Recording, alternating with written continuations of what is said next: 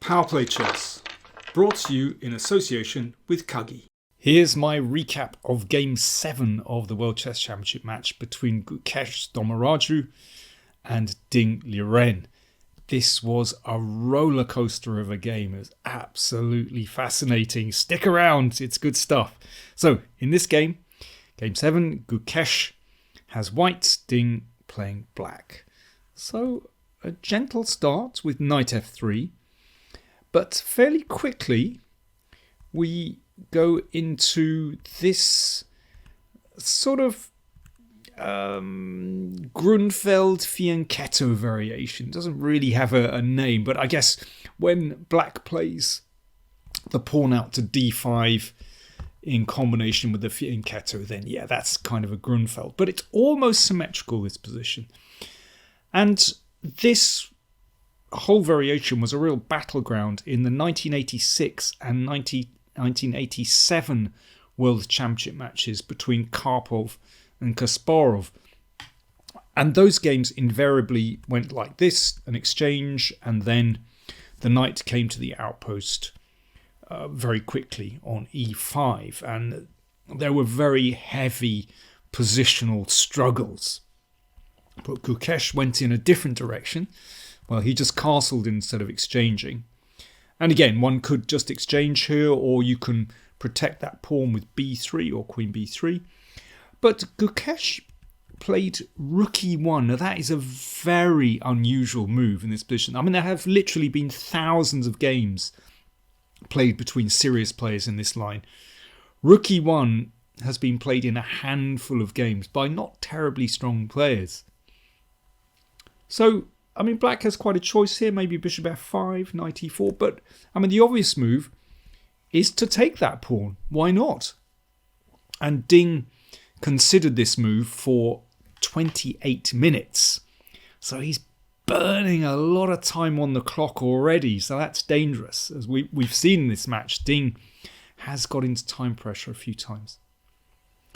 So, in a way, that justifies the move rook e1 because white is able to advance with the e-pawn straight away and claim quite a big centre. But it's a gambit.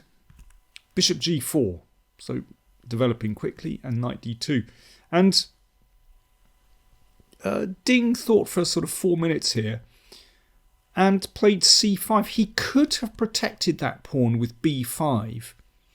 But I mean, that's quite a risk because, you know, if these pawns are broken down, then black will be wrecked on the queen side.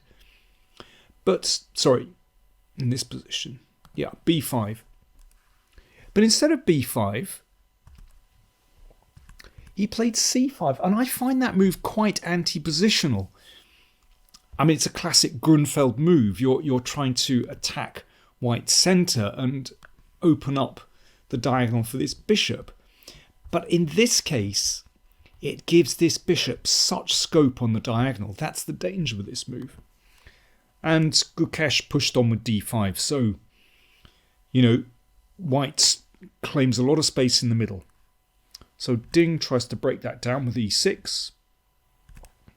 h3, so that claims one of these bishops. Exchange on d5, and it's not possible to take on d5 because of knight takes c4. There is simply too much pressure here. If bishop d4, then bishop h6, and basically white is winning material there. So Ding played knight d7, and knight takes c4. Well, I think Gukesh would have been very happy with the outcome of the opening. He's got a nice passed pawn in the middle of the board. That knight is on a nice square. It's got the two bishops. All in all, I think would have been really happy with this. So Ding tries to fight back. He plays b5. So a little bit awkward for white. You know, knight e3 blocks the pieces. Knight e5 you don't really want to exchange because in this case then that knight would swing round, and that's a kind of dream position for black with this lovely blockading knight. So where does that knight go? Well, Gukesh put it back to a3. And queen b6 brings the queen out, safe square, protects this pawn. And that knight is a bit sidelined. So Ding is fighting back. And of course, that means he's connected the rooks as well. Bishop f4, nice development. Bishop on a great diagonal. Whoops. That was a misfire. Bishop f4, yeah, nice diagonal. Rook e8 and queen d2. So these rooks are now connected. And rook d8. So rook's in the middle. And now Gukesh plays the knight to c2. So he realised he's got to bring that piece back into play. Otherwise, very difficult to make progress. And Ding came up with an interesting idea. Knight f8. So, the game is at a critical juncture, actually. Both sides have developed pretty well. So, I'd like you to have a think how you'd play with white in this position. So, you have a think, I'll have a drink. And this moment is sponsored by Millennium Computers. And I'm very pleased to promote their Mephisto Phoenix computer. Experience chess in a whole new way with Mephisto Phoenix. Real wood and high quality pieces offer an outstanding playing experience. Thanks to innovative piece recognition and LED move display, you can play more comfortably than ever. Simple setup and intuitive operation. Start immediately from any position. Quick evaluation of your game at a glance. Buy now in the Millennium Shop. PowerPlay viewers can receive a 10% discount on the Mephisto Phoenix computer if you click on the link below in the video description and you put in the discount code PowerPlay Mephisto. There you go. Right, let's crack on with the game.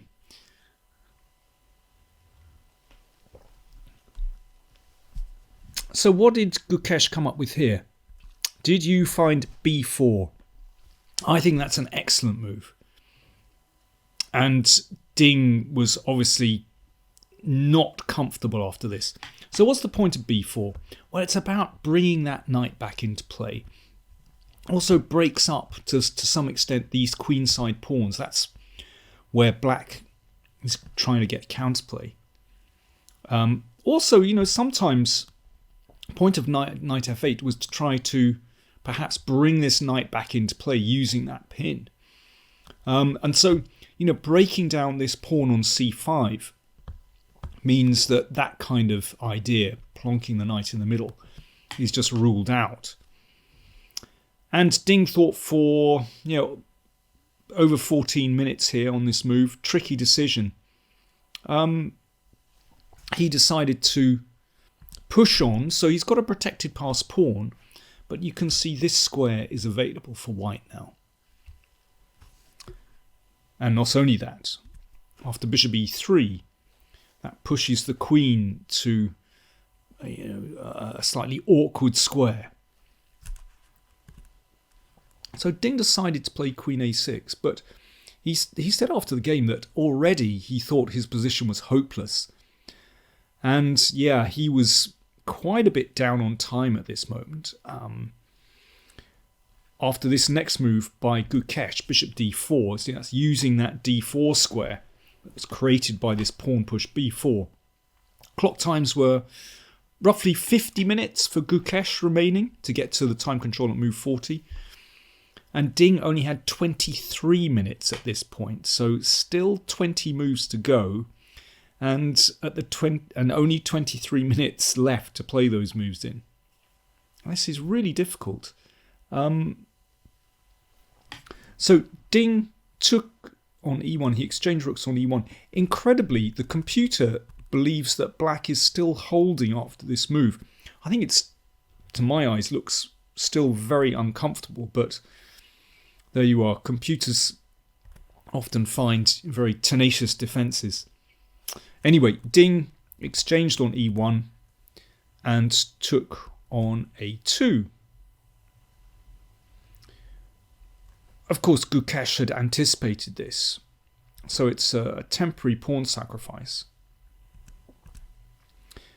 And, well, in fact, I mean, queen b3 looks like the normal move. In fact, c3 might be more prudent. And after this, well, the queen comes back into play. But, I mean, white is definitely better in this position. But Ding played queen b3 very quickly. I think this is the thing. When you're short of time, you haven't got time to find creative moves. You just have to plow on. You just have to play what looks like the normal move. But queen b3 definitely gives white the advantage. So rook a3 played. This is clever. Instead of, well, I mean, this bishop was attacked, of course. Queen b1 check, and then king g2. So Ding with black is still a pawn up, but this is such a difficult position. The queen is really sidelined. This pawn is not in good shape. Ding decides to play rook d7 just to guard that pawn. I mean, it can still be taken. I mean, if, let's say, knight here, then rook takes, and the rook is active, this queen is sidelined. This is the problem. But Ding decides to play rook d7. At least he could exchange rooks if that pawn is taken. And then rook a5 from Gukesh. Good move. And this is really problematic. You know, this pawn might advance at any moment to unleash that bishop. You know, I can't imagine that rook b7 is a terribly good move here. You know, d6 could happen. So Ding played queen b3. And Gukesh decided to repeat once. And then he took on b5. He took the plunge. Queen d3. I mean, before he went in for this, I mean, Gukesh also wasn't, you know, didn't have a huge amount of time. So he just wanted to clarify where he was going with that repetition. And he needed to calculate this very accurately. Because here you don't want to exchange queens. He stayed active with queen f4. But that involves some calculation. Notice once the pawn structure has sort of been shattered, then these positions are really difficult because the pieces don't have sort of anchors, and it's all about tactics and calculation. So queen takes, bishop takes. So an exchange of pieces. And if bishop takes, well, then you can see that this rook coming down here in combination with this pawn, I mean, black is in a really bad way in that position. So here, queen f5 played. By Ding, that's obviously a compromise because if the queens are exchanged, then that just really damages black's pawn structure. And that's what Gukesh did. In fact, it might have been better just to play bishop g5 and to play this position. Those two bishops look absolutely wonderful. All white's pieces are active. And if, let's say, c3, rook c5 goes behind that pawn. I mean, this is still not over. This is still tricky. But I think this knight being so passive, this must be good for white. Again, good. We can see that. Is it winning? This is the question. Gukesh exchanged on f5 and then exchanged bishops. Well, Ding could at least be pleased that he's managed to get rid of white's bishop pair. But he's obviously worse because these pawns are absolutely horrible. White's rook is active. This pawn is well protected by the bishop. And now Ding is a pawn down with not very pleasant pawns. But he has managed to activate his knight. That's the good news about the position. But, I mean, this is so difficult to get it right for both sides, actually. Gukesh now played rook f4. I mean, one possibility to consider was this. allowing that pawn to drop, but pushing this pawn quickly, and then bishop d1 to play the bishop round here to put the pawn on d7. It's very hard to determine whether this is actually a win or not, but that's just another way to go. But Gukesh played rook f4. So that keeps hold of everything and also targets this pawn. The knight came back to e7, so protects this one and looks at that one. And then b5 played. So it is possible to take here, but then, you know, that one would drop. Doesn't look very pleasant. So king f6 played. Rook d4 comes back. h6. So Ding has kind of stabilised. You can see, you know, his pieces are in the middle. King f1. Now, this is move 40. So Gukesh has played his 40th move. And Ding had about a minute to play his final move before the time control. But he went down to his final few seconds. He was obviously panicking. You know, he realised he had to get it absolutely right. But I'm afraid he made a mistake. He played king e5. We'll look at the game in a second. He should have played knight c8. Now, this brings the knight to the dream square, d6. That's where this knight belongs. Now, Black is never going to win this position. Black is a pawn down. But with the knight on d6, that really stabilises the position, and it even protects that weak pawn on f5, and that would give Black pretty decent drawing chances. Odds on that would be a draw. But Ding blundered. He played king e5, attacking the rook, which swung over to h4, hitting the h-pawn. And this is a really interesting position. Okay, let's play the obvious move. Let's protect this pawn. This didn't happen, by the way. But now watch what happens with this rook. It swings across, attacks this pawn here. Rook goes back to defend, and now rook a6. So this rook is doing a fantastic tour of the board, and it's so powerful. That h-pawn is going to fall if knight g6, then h4, and Black is falling apart here. That bishop just holds everything beautifully, and that rook does all the damage, hitting these weak pawns. So Ding's in trouble. So he took that pawn on d5 and then rook h6. So it's an exchange of pawns, but this h-pawn is now pretty strong. Or potentially very strong anyway. Knight c3. Rook c6, so the rook coming back into the middle. Okay, that knight, you know, looking to find a nice square. It's possible to play h4 in this position. That's probably a good move for white. But king e1 also looks excellent. Just guarding against any intrusion with the rook or knight. And then this h-pawn is ready to roll now that everything is stabilized. And I mean, I was looking at this live and I was just thinking there aren't any good moves for Black here. And Ding said, I nearly gave up when I saw king e1.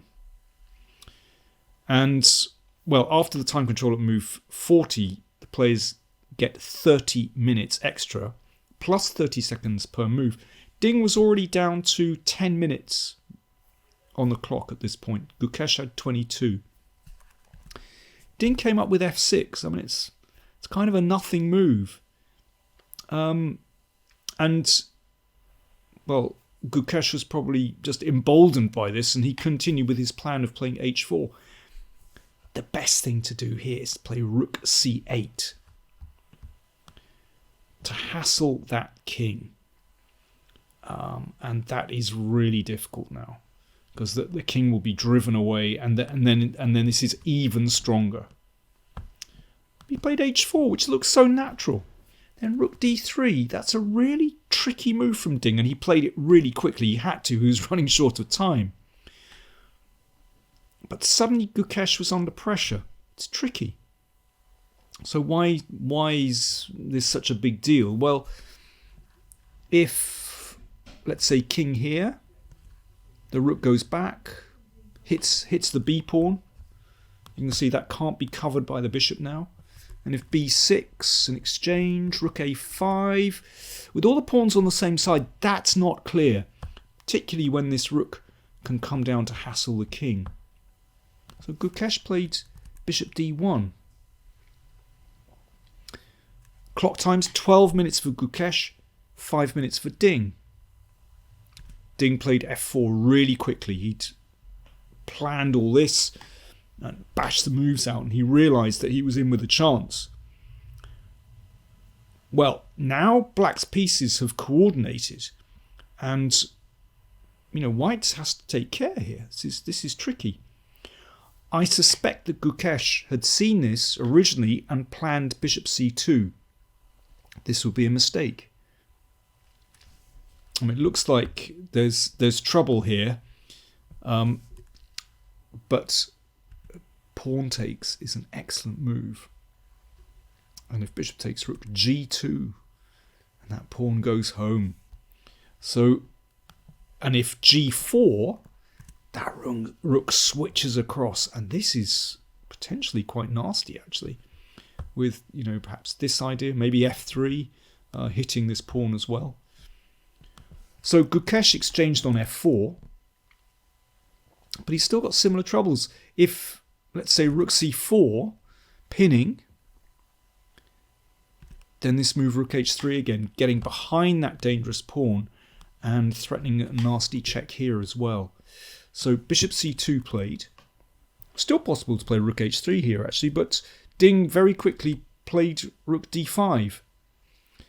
By this time, the clock times were 1 minute for Gukesh, around about 5.5 minutes for Ding. So suddenly Gukesh was under pressure on the clock and basically playing on the increment. So his time was ticking right down, and then he got an extra 30 seconds, but he's basically playing on the increment.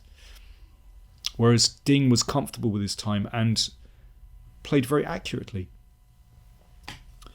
So that rook is hitting this pawn, but also keeping an eye on the h pawn. Rook c4, attacking the knight. f5. Rook b4 defends that pawn, but now the rook is passive. King f3. This king advancing. And you can see what a difference between these pieces. Ding with the initiative. It can still go wrong for White, badly wrong, because knights are tricky pieces, particularly when you're running short of time. Looks a bit strange for the king to run up the board, but it's all about cramping this king. Rook b3 played. Rook here. Yep, you can see it's getting very tricky indeed. Potential threats here. If bishop f3 check, then the king can come here with safety, because after this you're going to recapture the bishop on the next turn because of this pin. So f4 played, and the rook came back to e7. Now the situation is really much clearer. I mean, this knight is just in a beautiful position, can't be driven away, it has security.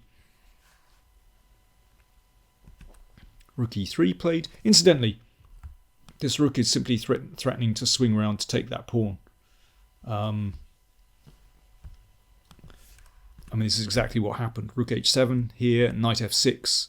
So that pawn is guarded by the bishop, but now the knight attacks as well. And it's not possible for Gukesh to prevent this mass exchange of pawns. He's still a pawn up, but, well, those pawns are isolated, and White's pieces simply aren't coordinated. So this is what happened. Bishop a4, protecting that. And now the king dashed back, chasing that pawn down the board. Knight e4. If pawn to f7, then rook e7. And, well, basically that that pawn is going to drop. There are also some interesting threats against the king. So bishop c2, knight d6. So just bringing the knight back. And this is a very nice moment, actually. Gukesh was still hoping to get to an ending of rook and bishop against rook. So if Ding rushed it and played rook takes b5, then after f7, white would force this notorious endgame, which is a theoretical draw, but tough. Particularly, it's very tough to defend, particularly if you're short of time. But Ding was very cool. He played knight f7. And now on the next turn, this can be taken. And the game ended like this. It petered out. Sound exchange. The knight came over, gave itself up for the pawn, and in this case, there's nothing more to play for. That was the final position on the board. King and bishop versus king. Wow. And what a fight. I mean, afterwards, Gukesh was putting a positive spin on the game. He said, I felt really good at the board. So, I'm playing well. Ding will be so relieved to save that. I mean, there were inaccuracies by both players. So it's funny, at the press conference, one of the journalists asked a question or said, apparently this match has been gauged as the most accurate ever World Championship match. I don't know how one comes up with that statistic. And Ding's comment was, not after this game. Yeah, there were a fair few mistakes, but it was a really, really difficult position. Always is when the structure is broken, because pieces don't have a kind of anchor. They don't have firm footings, and it just gets really tactical. Great struggle. So, we're at the halfway stage. 14 games to be played in total, and this was the end of game 7, and the score's still even. But both players looked a little bit rocky in this game. See you tomorrow for game 8.